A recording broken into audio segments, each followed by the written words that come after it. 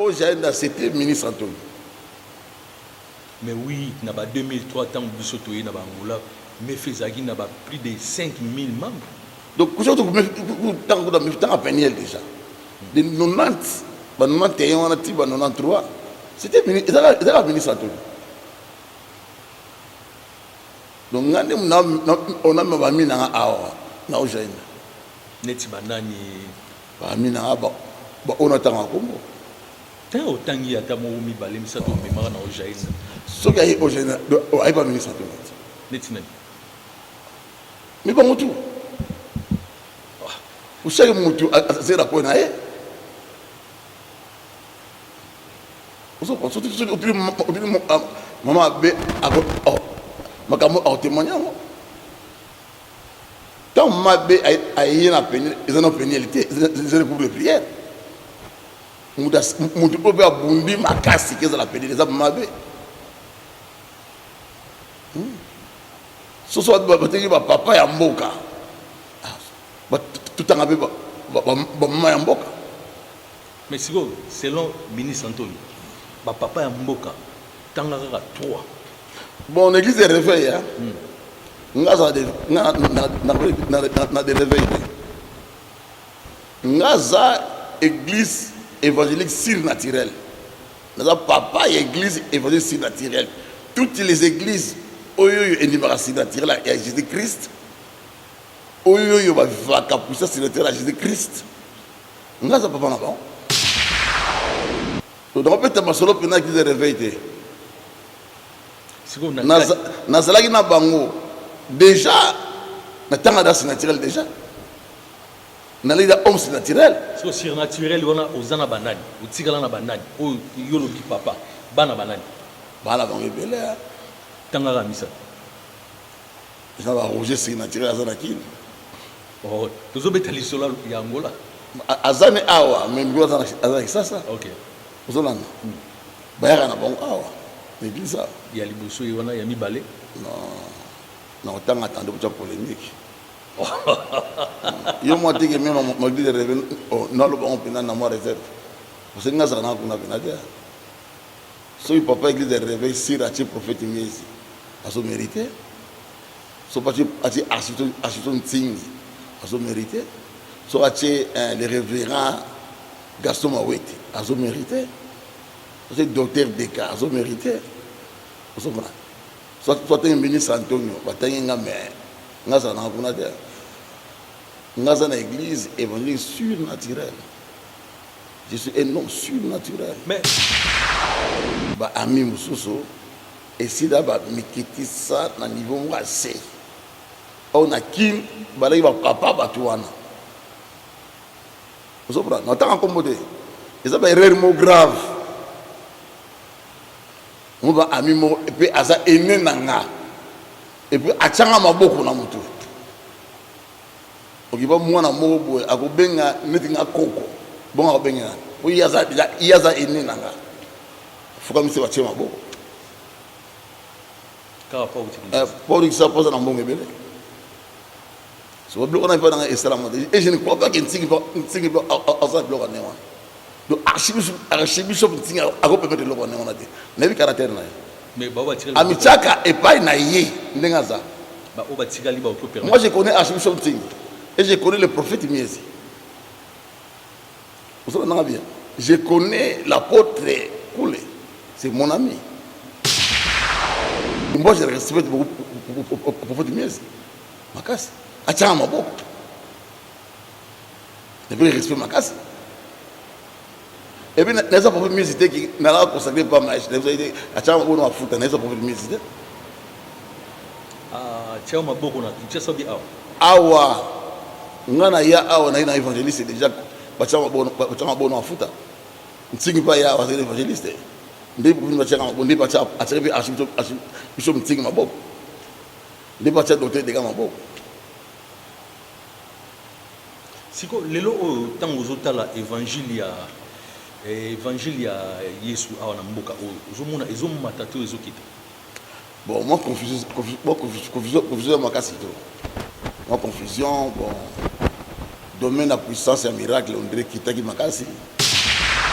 Willy qui n'a pas expliqué ngai. Qui te sali Willy qui ne pour la pambo en Italie. Est-ce que tu bandes à pour le prière mot qui part pour te choisir mais je m'en menace et Kangama. C'est comme ma démon mot pour le prier, le moi 15% de Kangama. Un grand midengeni. Oh non, ça n'a passé une agi, le retour est un bel soupuna, beaucoup de rebelles. Le voilà ngai na ibrana révérend agi, oh ça veut dire révérend kin. Il y a un évangéliste.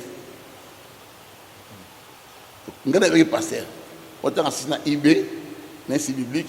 Tant on a un mot, elle m'a ne bloque lia de n'a pas une agi. Ma Brigitte, moi c'est à Dokufa. Akuna magi na si vendredi. Moi ça passe une agi. Hier alors là mais la biso to lia kana passer une agi. Aïe bakinga musa na a intéressé de travailler na. Minga bi mon travail no exaté parce que na luka ami na ngamoko. To na kadeza comme on est pasteur Miezi Antonio. Et il a un frère Roger, soit qui n'a habité. Nous se dit, Ntingi, il a Mouzi, Nzengo, na Willy Kinde. Willy Kinde a été ministre qui n'a pas de tant que groupe de Tosongi et comme on a benga Willy Kinde liboso, l'assemblée la pour un pasteur nga leader. Vous n'avez pas expliqué qui est leader. C'est pourquoi nous allons passer c'est la côté de la prophète, la pasteur Miezi, prophète Miezi lelo. Na côté déjà, nous montrons amina ngamususu na kati ya église ya mpevia longo na Mbanzapa. Et pas révérend pasteur Nzuzi ou asira alaki dirigeant. Ya Chorale B na Mbanzapa.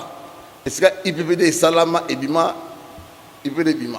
IPPD to bandaki na kata Mbanzapa. Vous avez archibishop Ntingi est un boboyo avec des évangélistes. L'apôtre Koul est un boboyo avec des évangélistes. Donc en réalité, moi, je suis un la vérité. Bon dia, Botard Bonot, selon l'ère à laquelle vous nous recevez, nous sommes bel et bien dans votre nouveau numéro de votre magazine préféré, Vive Angola. Un magazine qui parle de l'environnement et puis Magamboza, il y a l'église et puis vie sociale partout, place Bufandi. Et cet après-midi, je reçois pour vous un grand homme de Dieu. Tobengara ministre Antonio. Ministre Antonio, Bino, Toebi va passer, mais pourquoi Toeba, pourquoi comme un ministre avant, na président Bozoa invité Nanga. Tout le monde a élément suivant cet élément.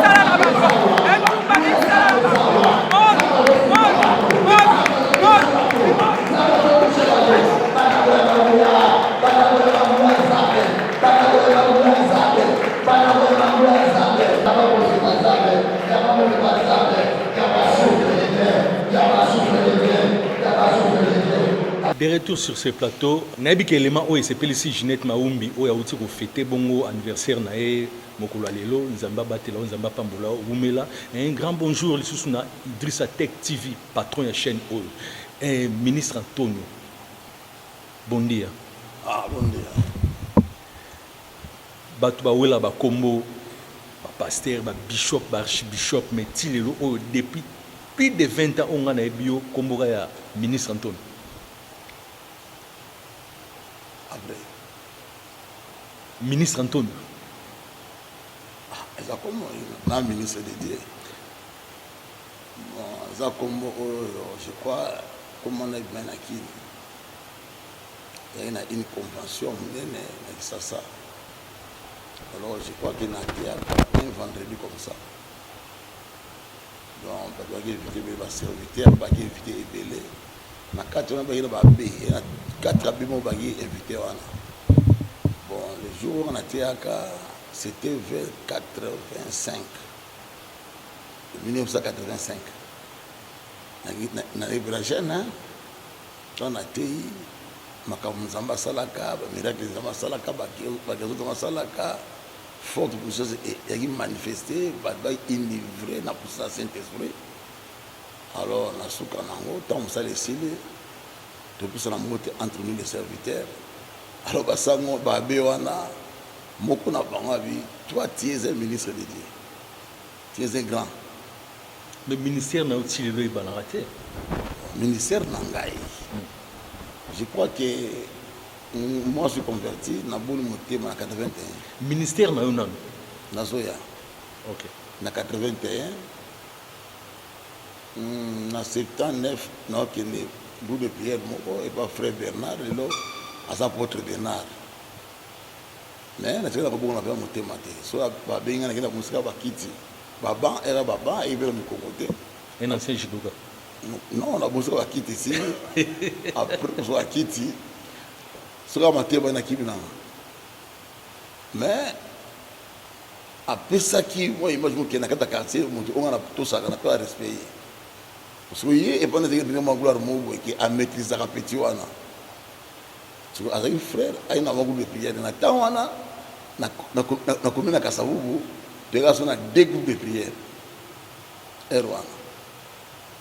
Et pas y a vu passer premier ça doit faire déjà na sima l'église à Christ à catholique.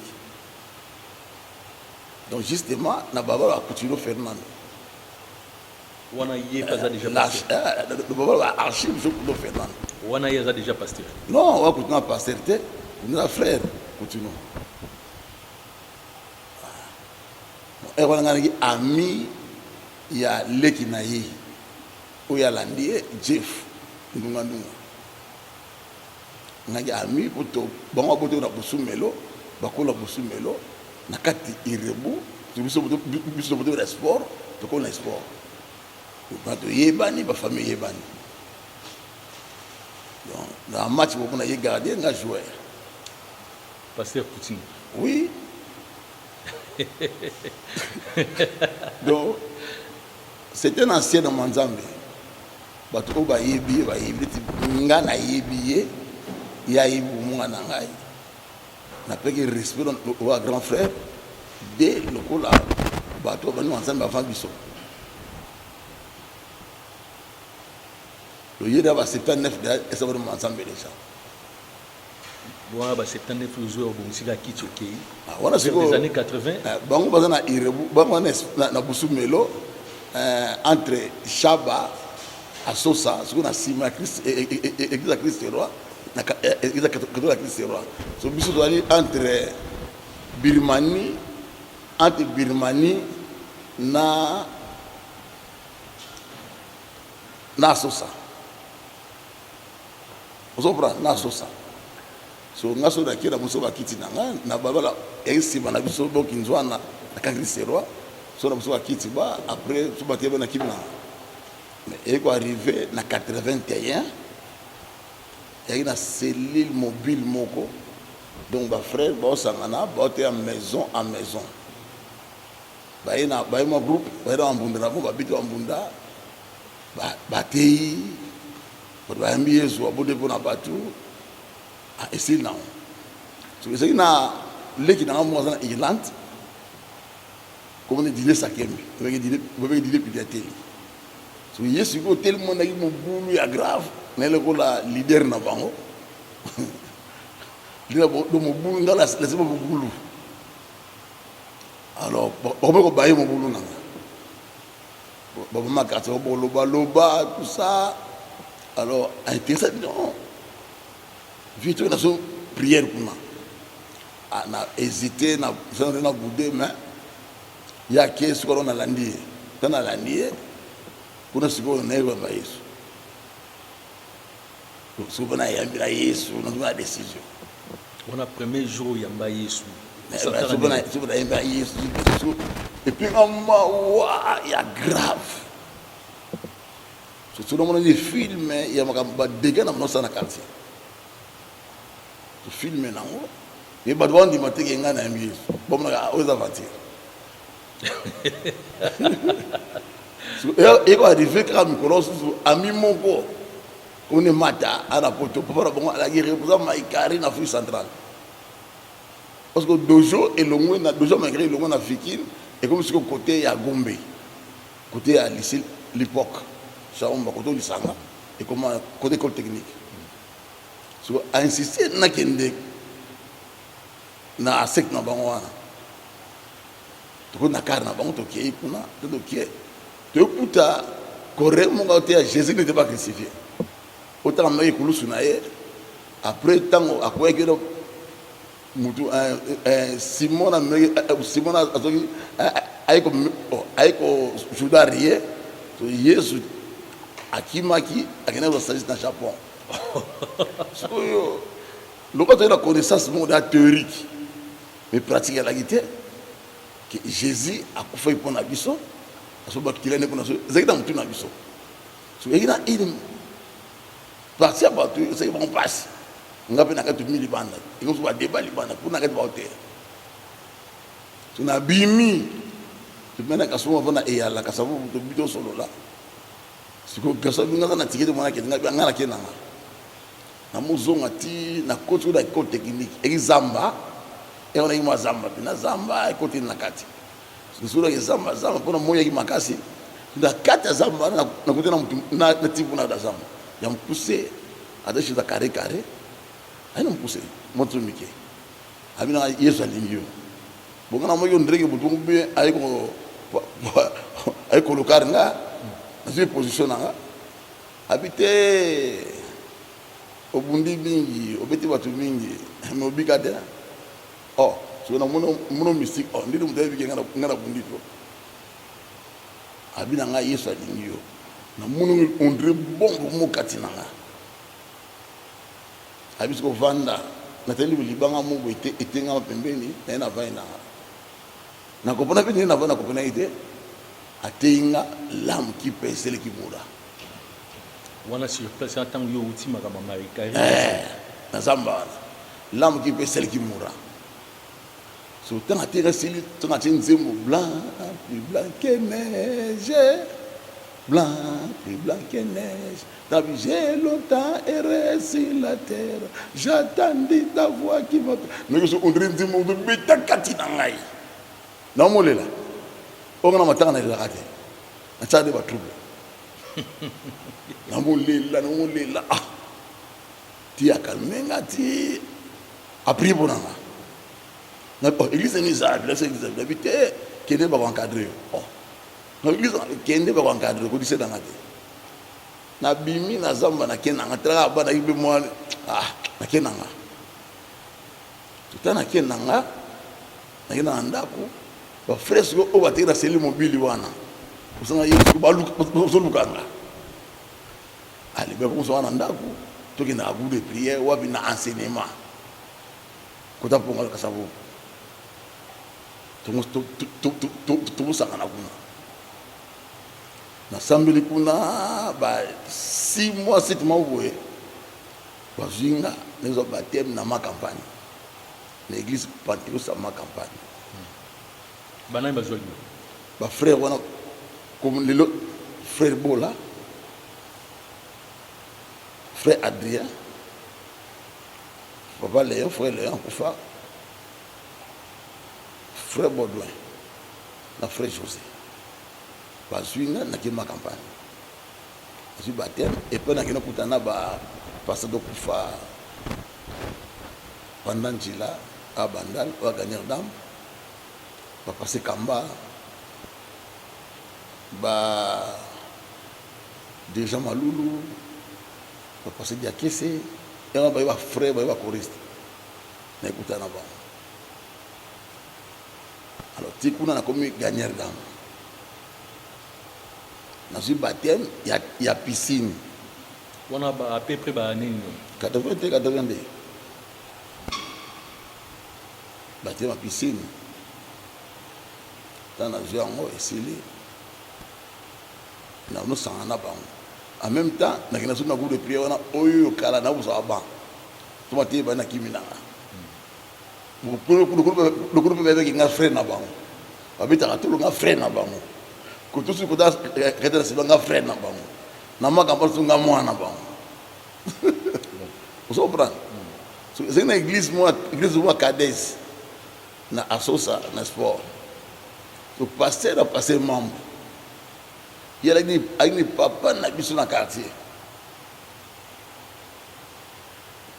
Aïbaki ou bien. Bien. Nous n'en avons surtout Aïbaki bien. Il y a un bien ngai, na il va brique moi rouge pour va notre église wana. Donc ngane mna ine mutu so va brique papa benginga na kekuna va mambo. Na biso ba camarade na ngai on tout ça va brique tout ça va brique na ngati ya ese va sa musala. Elle va question à biscuit aux États-Unis et à pour la soda. Je suis 10 caisses wana bon. On a 2 caisses na ya. On a pas rien. Sur la petite personne. Si vous yebe kuna baka ngabi mwana na ye. Vous comprenez? Ngabi mwana na ye. Et mon qui coûte, et mon dans ma campagne. Mais mingi dans ma campagne. Bref, formation il y a 10 mois et dans ma campagne. C'est l'évangélisation. Et maintenant, il y a baptême, il y a piscine et dans ma campagne. Vous comprenez? Voilà, maman a dit ça, elle a prié, qu'on s'en là, pour dire qu'on a dit comment ils ont passé quelle année. Ah oui, les patriarches, place à ça, on a passé quelle année. Ce mouton à Sakola qui est mon nom, c'est passé quelle année. On a eu un mois il y a 58 ans, on a eu un mois il y a troublé, on a une retraite, on a une retraite. On a 58. Moi, je suis en Abimi, je suis en Ganga, les personnes qui sont en Abimi.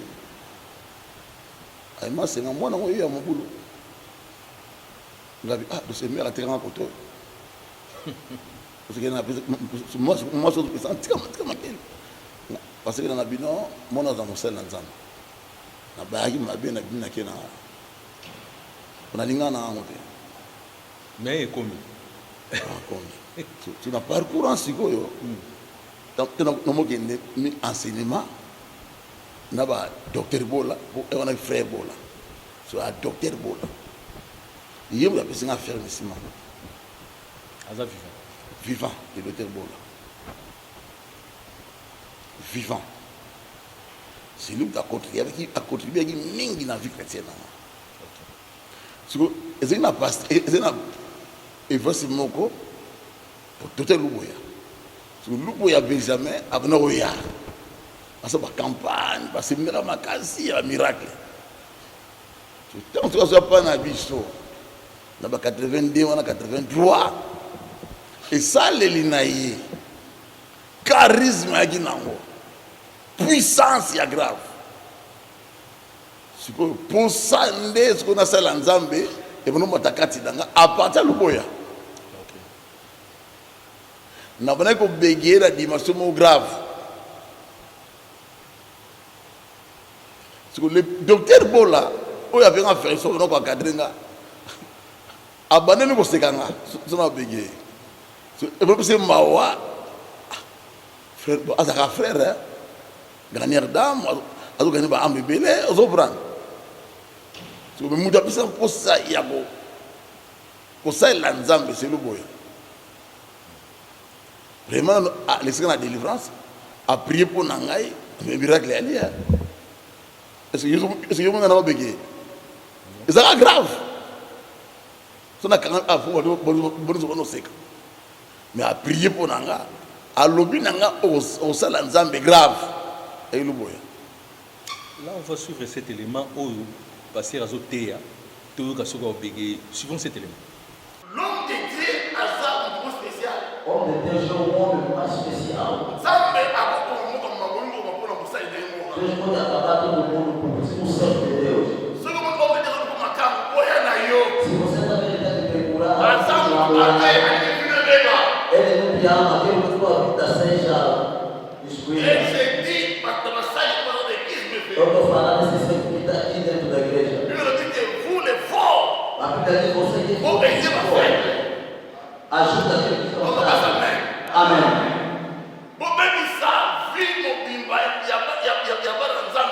Não trata da vida inteira do Espírito de Deus. L'homme de Dieu est sacré. O homem de Deus é sagrado. So Sur Bethel ou pas, que ce soit marrant. Alléluia. Amen.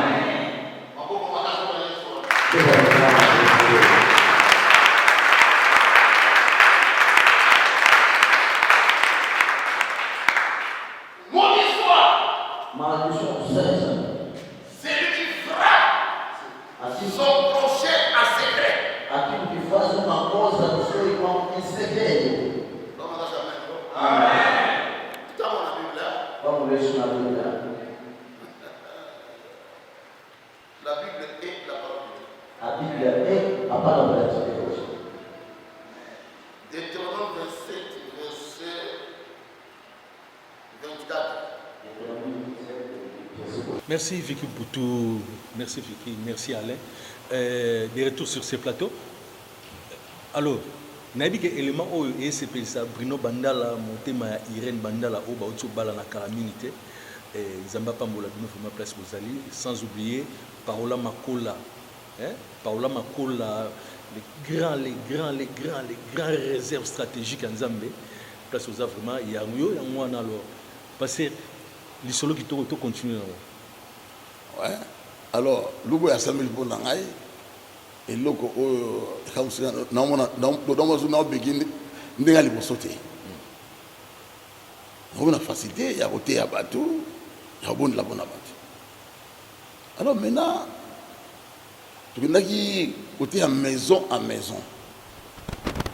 C'était en 83. De maison à maison, groupe il y a mon Mbunda, il y a 5-6 frères. Il y a Yolo, il y a Yolo Nord. Frère mon habite en Mbunda, mon Mbissa, tout ça. Après, tu as mis sur Yesu. Donc, tu n'es pas la famille, mon frère, il y a un bébé, il faut inviter dans le quartier. C'est le Moussala en Essili. Or que papa moi na lupango wana abana omona te. Donc papa moi dit moi il est na vitre on nyopi. Na bi ah c'est papa moi na bien te. Oh abana omona te. Ala ka mongo. Ala to prier pour na ba on na ki na sibi na on prier pour na. Prier dans ce que amona clair. Oh na bana omona te. Monsieur funga moni. Tam se funga moni. Maman a gagné na moni. Et na moni, on va faire ce que yambinga. Ça on tambola. C'était en 83. Allez, miracle et bandit. Donc quand Christ sera, il vivre le miracle. Mais na koyoka yo na kolanda yo côté na ba miracle ba nini tout soto lobi total bien tous aneti na les deux patriarches bien 3 bien 4 na Congo tant aux oteya na o esalema na kati na yo na kotala boye vous aneti na école na on a une école à Luboya. Luboya. Même docteur Bola a besoin de faire un encadrant à Liboso. Aïebi qui est dans une école à Luboya. Parce que quand on parle de Luboya, ils ont des leaders belé, des collègues belé, des aînés belé, les gars ne sont pas Luboya. Si vous au salarié de l'église, bien aux salariés kaka, aux otambola, aux kéroté. Lakin.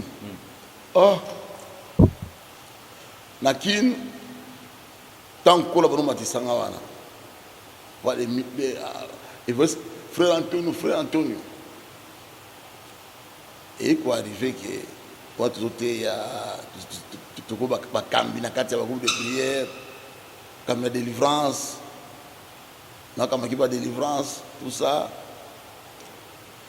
au terre na bis, na ONG, au terre na hôpitaux, nous na pona sozaki ndemona. Parce que si on a bon motema na kasabu, tu as au moins 3 groupes de prière. Na ken na matete, on a 2 groupes de prière.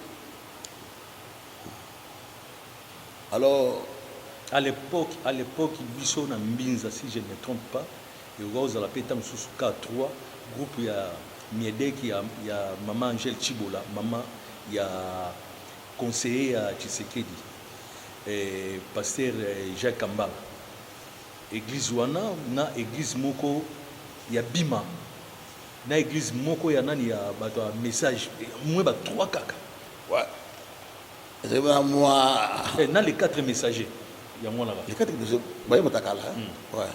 Alors côté la babis, na ba wenze, na ba pito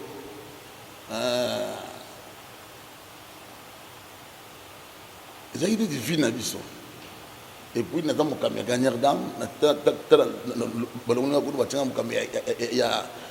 il y a délivrance. Après, tant que je suis tant américain, je suis allé, et ça va campagne, il est arrivé que, à même dans mon baptême, il y a l'eau qui coule. Le groupe, il y a des serviteurs qui sont convaincus. Qui vous a battu, mais l'eau qui coule, vous en prenez. Vous n'avez pas de cas. Donc, il y a battu, mais l'eau qui coule. Dans les Sili, sur le maïs, avec consacrer Bissot. Prier pour la Bissot. Bissot va consacrer parce que quand on parle de consécration, tout ce qu'on a vu là-bas, bon, c'est qu'il n'y a pas de document qui va commencer. Vous en prenez. Il va prier, il va foutre. Ici, on doit consacrer. Alors, on va prier pour la Bissot, on va foutre. Comme évangéliste. Donc, qui déjà un évangéliste consacré. Mais il y a des fois, Nazoya, oui, consacré. Bon, télévision Zata, toujours qu'il y comme déjà presque dans 4 émissions, Kolongwa, Kinshasa. Alors, Awa, Nangola, Batu Balobake, Azalaki Mobeti Mbundana Kinshasa, Aya comme pasteur.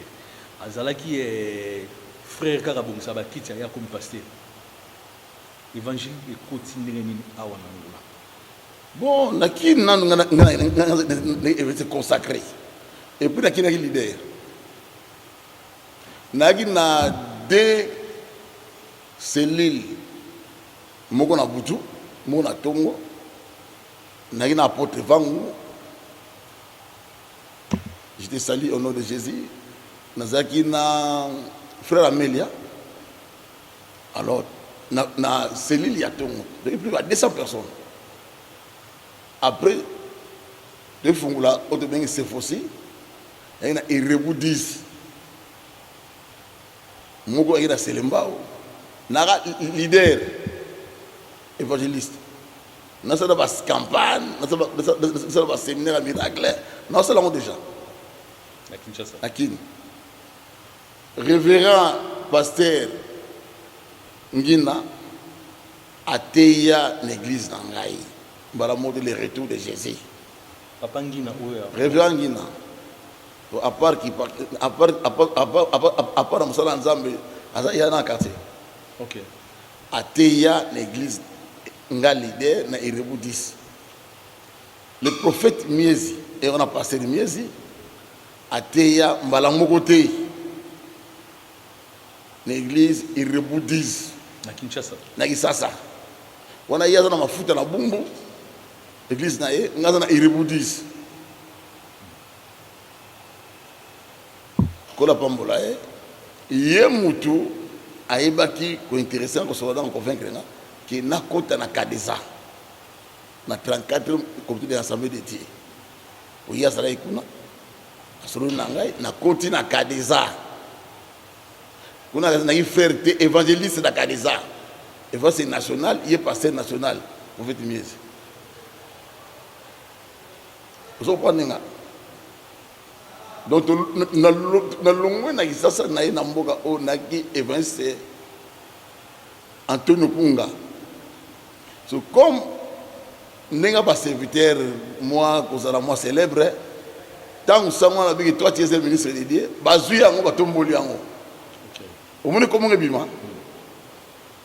Comment fait-il évangéliste nini? Ebungi. Ministre Antonio, ministre comment rekomona? Donc, Hollanda, vous avez un ministère d'évangélisation. Il y a évangélisation. Ok. Le temps où on a un évangéliste, Antonio Kunga. wakomongo ebungaki babenga ministre etikala ministre Antonio wakomona so banani okutaki awa tant on a une Angola na toute église réveillée. oh Ah oui. Na combien 90. na 90 na Angola église de réveil Exacté. papa Ngina papa Miezi parce que révérend Ngina ina 91 ngana ya avant na kuti Théo Zeka akuzenanga parce que Théo Zeka azena groupe de prière na Petrangol. Groupe de prière na Petrangol. Pasteur Paulo a un groupe de prière na Petrangol nani na Palanca.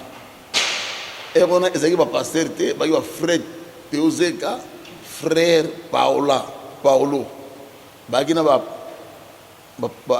frère Paulin vieux Paulin kufa ba yo apezo ba ina ba konzo je crois bien kuna Palanca na côté église de réveil te na ina taw na ina ko na ojaenda église de réveil na ojaenda ezate bandaki ndeni mupepango bandaki ndeni tanga na ye cousin na ngamuka ya mbinga Auguste epai église ya li église louange comme église mo place église me fait o ya biso banda wana ana sima taw na ye cousin na ye gang ala gang azama batu na moni ba jeune mo baye baye makamu na bango ya poto Willy Kinde nzuzi diawa baye mama poto ba tosala wa passeport ba nsune cousin na ngata azu Willy Kinde ke cousin na ngana za danger grand abi grand pasteur o baye kire on sola nanga na on sola Willy Kinde Willy ay comprendre ke ne mama za mebele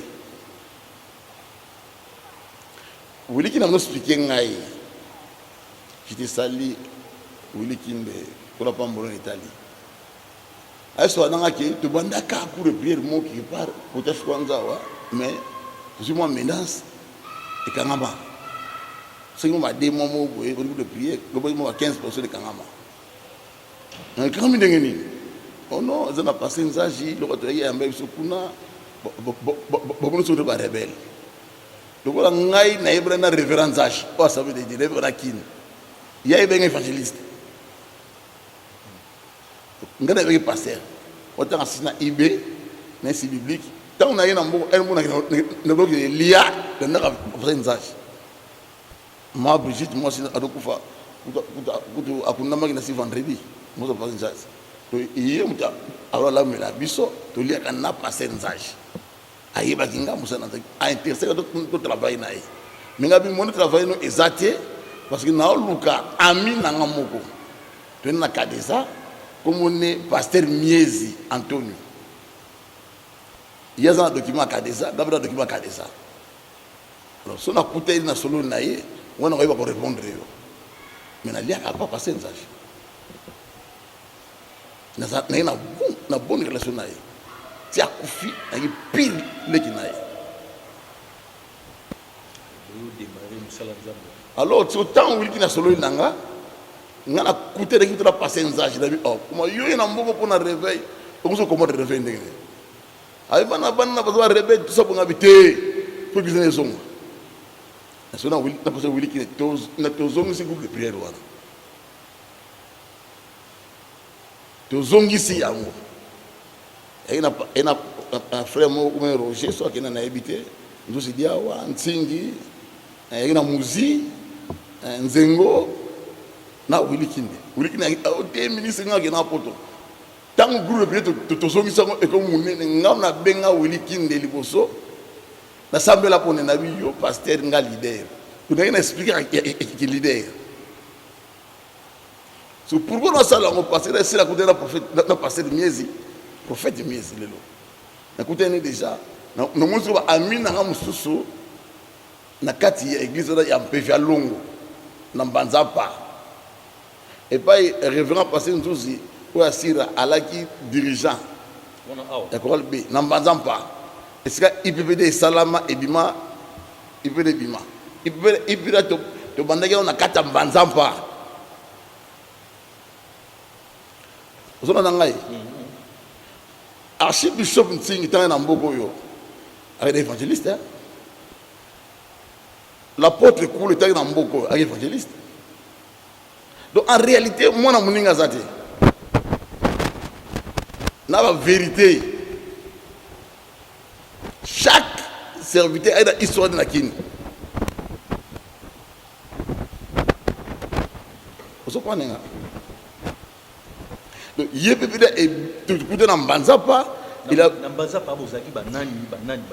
avait un serviteur dédié comme les gens Lucao.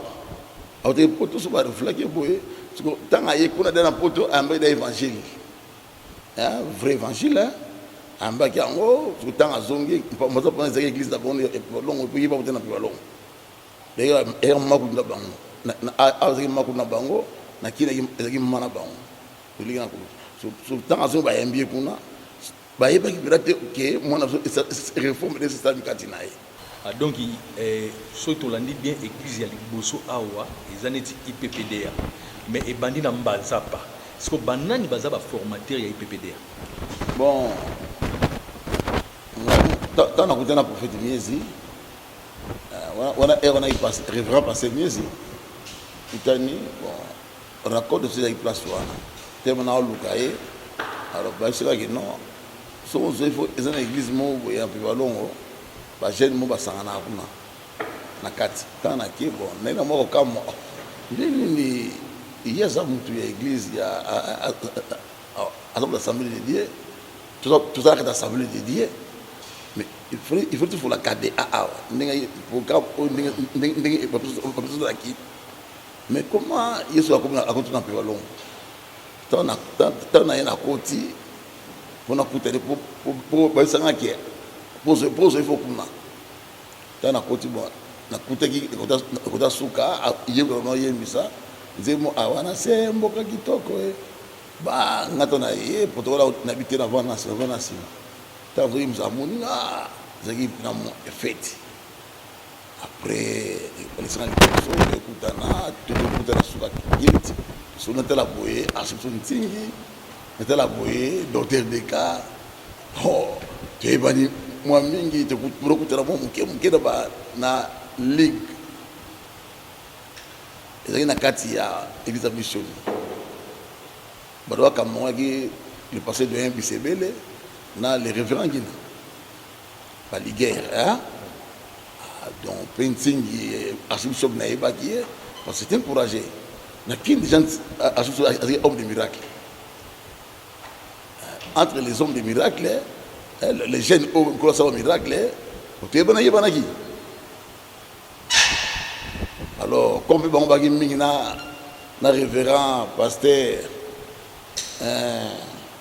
langa Pierre langa pe abana côté nga minga bina côté mingi alors tu es bana qui langa petit Pierre OK alors c'est comme ça qui nous s'adresse à mon casse place wana IPPDA et Salama qui ne pas monsieur Landiwana bon les prophètes Miezi abana miko ko écarter na IPPDA pour la vérité IPPDA parce que alinga de ça la vision moko ya mévêque au grand mévêque à ça là déjà on a tayé déjà à tigana mévêque mais comme conseiller nangai na ka mi révérend passer nzaji na ko on passer nzaji a boyi na révérend passer ngina abi oh yo na kini aux leader mais peut faire la leader mamni ngo sala alors nous avons conseiller belé et pas ya révérend nzaji na révérend nzaji o atika biso na révérend passer ngina et puis na kini na kini bazo sanga toujours que yo leader c'est ça là nazana penyel kotoyo o c'est na ba gi et na ba wili kinne penyel ya mwana koto na IPPDA alors na kena donc mieux abino mala uzana kikolo na IPPDA kikolo na travail kuna na IPPDA kikolo sili tangu toelongo la penyel côté ya kwanza wana IPPDA prophète Miezi comme leader. Bon, les bannes leaders pour nous aider. Bah travailler dans IPBDA. Mais les deux wana Archibishop Ntingi na Miezi, ils ont beaucoup travaillé dans IPBDA. On a fait reconnaître. Vous êtes toujours ensemble? Oui, bah tous ensemble. Ensemble. Alors, côté yo nazana Peniel. Et côté Shkwanza, mon église oyo ya IPBDA sur Shkwanza. Oyo kangama, lipo kangama na Peniel bandaka wana. Et fungwa makawana. Alors, tu as Pambukidi. Oh, full boss. Tu as Pambukidi. La personne qui est place aux autres. Je te salue au nom de Jésus. So, le président Pambukidi, tu as une dame. Oh, tu vois, il y a un pasteur ou bien un non, il y a un frère. Frère, au-delà de 3 ans et 4 mois, il y a Pambukidi. Il y a un Yébi.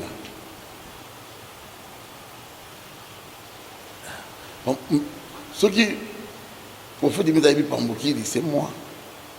Ce qui, Archibishop Ntingi Pambukidi, c'est moi. Le Zagina, aujourd'hui, c'était ministre Antonio.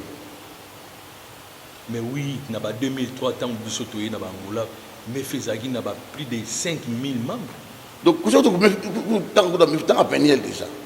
De 90, 91, 93, c'était le ministre Antonio. Donc, on a mis dans awa na aujourd'hui. Neti banani ba mis dans awa on attend en Congo. Tant autant il y a tamo mi balem ça to mi mara na aujourd'hui. Ce qui est aujourd'hui, on a pas ministre Antonio. Neti nani. Mais bon tout. Vous savez mutu c'est la point nae. Vous savez maman be makambo au témoignage. Tant Mabé a eu la pénalité, ils ont pour les prières. Mon peuple a bondi ma casse qui est la pénalité, ça Mabé. Ce soit papa et Mboka. Tout en avait maman et Mboka. Mais selon le ministre Antonio, papa et Mboka, tant que 3. Bon, l'église est réveillée. Nous avons des réveils. Nous avons l'église évangélique surnaturelle. Nous avons papa et l'église évangélique surnaturelle. Toutes les églises, où il y a surnaturel à Jésus-Christ, où il y a capucin surnaturel à Jésus-Christ. Nous avons papa là-bas. Donc, on peut être solo pour l'église est réveillée. Nazalaki na bango déjà na tanga da naturel déjà na lida homme naturel so surnaturel wana ozana banani utikala na banani o yolobi papa bana banani bana bango belé tanga la misa ça va roger surnaturel azana kin oh tozo betali sola ya Angola azane awa membo azana sasa OK ozolana bayaka na bango awa l'église ça il y a liboso wana ya mibale non tant attendre pour polémique yo moi tiki même ma dit de revenu non le bon pina na moi réserve parce que ngaza na kuna pina dia so il papa église de réveil sirachi prophète Miezi aso mérité so pas ati Archibishop Ntingi aso mérité so ati le révérend Gaston Mawete aso mérité c'est docteur Deka aso mérité aso prend soit un ministre Antonio batanyenga mais ngaza na kuna dia ngaza na église évangélique surnaturelle. Je suis un homme surnaturel. Mais les gens tous les bino ba pionnier évangile en Angola. Souvent ils ont batu musu ba bini sima na bino na Kinshasa. Basali kombo makasi mais so baye awa bobima on dirait baleki par rapport na bango. Bon, ezake ba ami mususu esida ba mikitisa na niveau ngase. On a qui baleki ba papa batu wana. Vous comprenez? Non, tant accommodé. Ils ont erreur mot grave. on va ami mo et puis aza ene nanga et puis achanga maboko na mutu okiba mwana moko boye akobenga neti nga koko bonga akobenga o yaza ene nanga fuka mise batie maboko Car pas utiliser. Pour que ça pose dans bon bébé. So bloc on a pas dans l'islam et je ne crois pas qu'il ne signe pas à ça bloc on est. Donc archibishop signe à ko permettre le on a dit. Na bi caractère na. Mais ba tirer. Amichaka et pas na yé ndenga za. Ba o ba tigali ba ko permettre. Moi je connais archibishop signe et je connais le prophète Miezi. Vous savez bien. Je connais l'apôtre Koulé. C'est mon ami. Et moi, je respecte beaucoup pour prophète Miezi. Makasi. Achanga maboko. Et puis, je respecte Makasi. Et puis, les prophètes Miezi qui n'a pas consacré pas mal. Achanga maboko na futa. Les prophètes Miezi. Ah, tiens maboko na tu sais bien awa. Ngana ya awa na ina évangéliste déjà. Achanga maboko na futa. Ntingi pa ya awa c'est évangéliste. Ndé pour nous tirer on dit pas ça à servir archibishop mtingi maboko ndé pas ça docteur de maboko siko lelo o tango zotala évangile ya Yesu awa na mboka o ozomona ezomata to ezokita bon moi confusion makasi to moi confusion bon domaine la puissance et miracle on dirait kitaki makasi. Il y a un moni type de bel AVC, un bel AVC makasi, comme une ligne de mort. Quand il s'en moque, dans quelques jours, tout ça. Nasu Oragango. Oragango. Que azukufa kalaté, tout ça, bon. Ti nasu traitement, ti nasu mozo compliqué nga. Nga kuta na nzambe. Na yilo ka bengi mystère na miracle.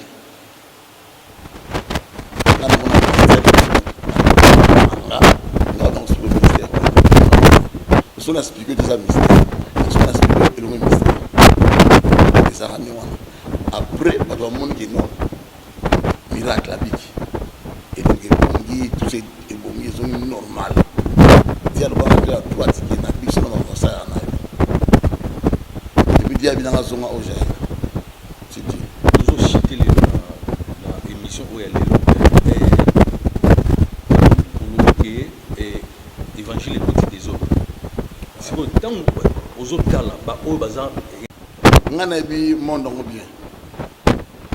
Ngana ça ne église évangélique surnaturelle pour na kima polémique on a et l'idée la grâce de ça nango na la capacité surnaturelle on ko la fona katina. Zobran. On a ça l'église évangélique surnaturelle. Réveil, c'est pour ça que mon réveil dans la Bible, c'est dans le terre. Autant déjà. L'église des réveils, autant. Est-ce que vous avez déjà église des réveils dans la Bible? Bien avec ça. Benga, numéro 0 dans la C, Benga, tu voyez plus prochainement au Landa sous ministre Antonio. Et là, on y est au journal. Bon, en tout cas, on n'a pas mon révérend pasteur Gaston, ma ouïe. Hein? Docteur Deka,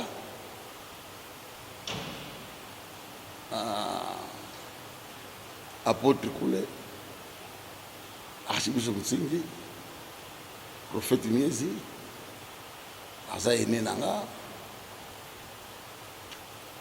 makamebele a motivanga, encourageanga, a conseillanga, kabebele. Les relations à bien à Potangina. Très bien, nous avons des beaux rapports. C'est mon grand frère. En dehors de Maman Zambé, Asa Ene Nangaï, Banaki, avant qu'on se encadré, on a comme ça. Tant grâce à miracle, ce sont des gens qui ont été Nangaï. Quoi courage, comme motivé. Tant aux autres à l'église, Toro Nasuka, Vicky, pardon, à la télévision vraiment. Banani oyo ki benga tangata 3 ke ba oki wa hotel en église. Baza ba ngebele. Na lobby 3 ka. Na ko benga archibishop Mtsingi. Parce que moi, je le connais étant un charismatique et non puissant. Depuis ça. Nous avons un révérend Maurice de Gaston à monter à Malam. Vous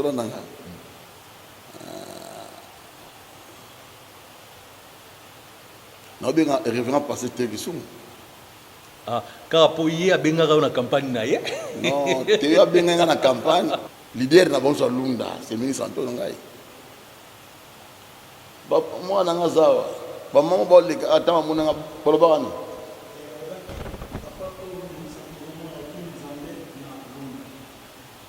Tous ces barres qui sont de la retraite, qui sont là, c'est la ministre Antonio.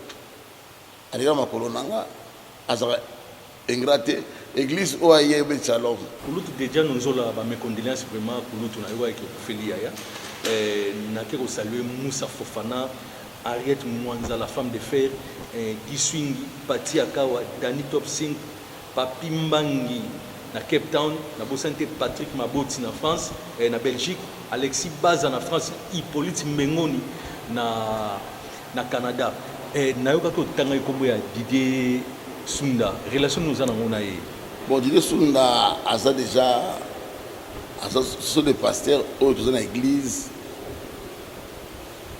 évangélique surnaturelle, homme surnaturel, comme Matando Pada, Napalanka.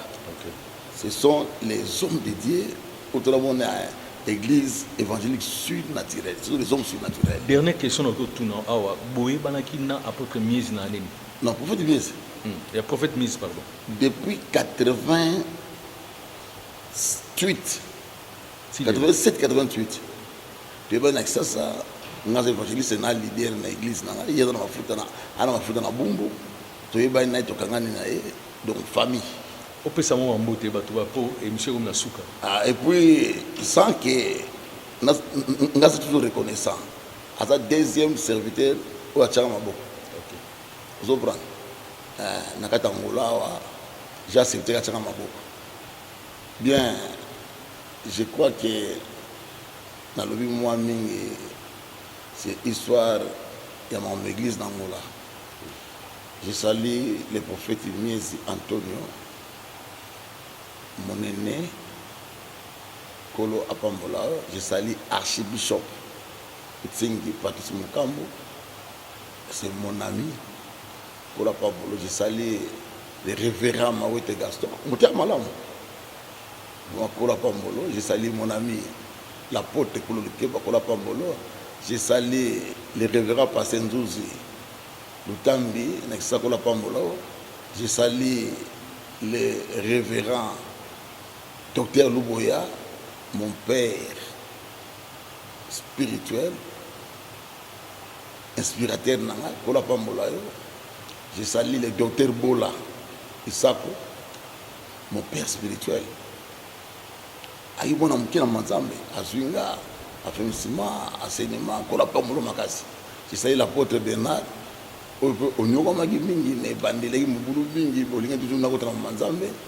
Je salue Koko Nabiso, le révérend pasteur Kelani, Kola Pambola. Je salue le pasteur Paolo. Alors il vient dans un quartier. Ok. Après, il y a un grand joueur, grand musicien. Tu Manzambe et tout ça. Manzambe et tout ça. Voilà, dans le joueur, je salue Pambouki de l'Oumfi du président. Nous devons 3 ans et 4 mois, mais tout le monde. Oui. Donc, on a tout reconnaissant. Kola Pambolo Makasi. Vraiment. Je salue Maman Abbé. Maman Liboso. Soit bien que Maman Mboka Maman Abbé. Kola Pambola, je salue les réveils parce que Théo qui sont. Donc, on a besoin de. Bon appétit. Non. Merci. Moi, tata. Il y a ça pendant Ndekonanga. Moi, vraiment, émission. Je salue les révérends passés Zayadia. Ok. On a papa qui sont tout. Vraiment, na keko saluer Blaise Keita à partir de Turquie. Na Sanité El Dangouya, Eric Moussoumadi, Georges Kikinga, merci petit frère na geste. Oh, Salaki, na saluer famille Kikinga tout. Sans oublier 3 points à suivre. Idrissa Tech TV, beauté, l'argent et intelligence. Idrissa Tech TV, il y a eu un mois. Na keko remercier équipe où est encadré dans le journal Lelo, Vicky Poutou Image, Nabosande Alain, sans oublier petite sœur propre Katia Kanda. Il y a eu président Yangwana qui toko trop kutani na émission na ministre Antonio, il est tombé dans pasteur te, boki li solo bien. Ministre Antonio, tu rejoins sur na émission sur poto beta li solo, il y a réveil spirituel na kata Kinshasa bandaki ndengeni. Poto lubaka Aïdi Nabal, mais ba ma solo est belé. Alors tout ceux qui en a check.